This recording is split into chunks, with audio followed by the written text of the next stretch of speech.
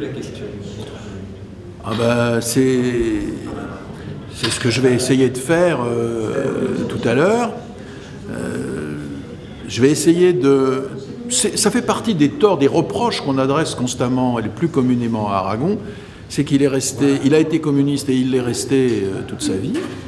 Et deuxièmement, donc, il a été stalinien. Bon. Je vais essayer de montrer qu'on peut dire, en effet, que Aragon a été, si par stalinien on entend dire du bien de Staline et de... ça, oui, il l'a fait. Est-ce que si stalinien, ça veut dire partisan du système politique de Staline? Alors ça, je peux dire que non, il ne l'était pas.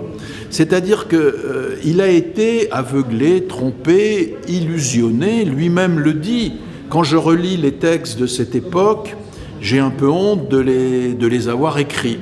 Hein, je regarde ma main gauche et je lui dis « Pourquoi t'as pas coupé ma main droite ?» quand je vois aujourd'hui ce qu'elle a écrit. Donc c'est vrai ça qu'il y a cet effet de recul qui fait qu'au moment où l'histoire se passe, eh bien il a été aveugle, dupé, trompé par les orchestrations des procès de Moscou, des grandes purges staliniennes. Mais est-ce qu'il a été partisan de ce qu'on appelle aujourd'hui le stalinisme, c'est-à-dire le système politique mis en œuvre effectivement par Staline? Non, et heureusement, je dirais, parce que voilà. Et donc, quand il découvre au fond la vérité et qu'il ose la dire au début des années 50 sur le vrai visage de Staline, ben, il va dire c'est comme un poignard sur mes paupières.